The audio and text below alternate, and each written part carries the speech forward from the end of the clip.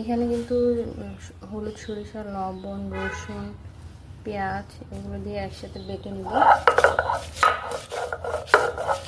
রসুন এবং সরিষা একদম খুব ভালো করে মিহি করে বেটে নিয়েছি।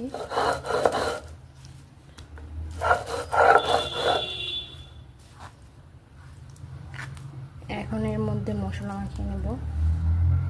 একটু সামান্য পরিমাণ কালারের জন্য হলুদ গুঁড়ো দিচ্ছি, আর সামান্য একটু মরিচ গুঁড়ো দিয়ে দেবো।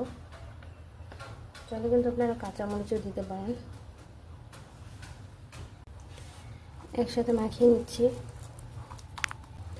তো মাখিয়ে নেওয়া হয়ে গিয়েছে। এবার আগে থেকে আমি যে কুমড়ো হালকা সেদ্ধ করে তারপর লবণ, হলুদ, মরিচ দিয়ে মাখিয়ে নিয়েছি। তো এর ভিতরেই কিন্তু আমি পুরটাকে ভরে নেব।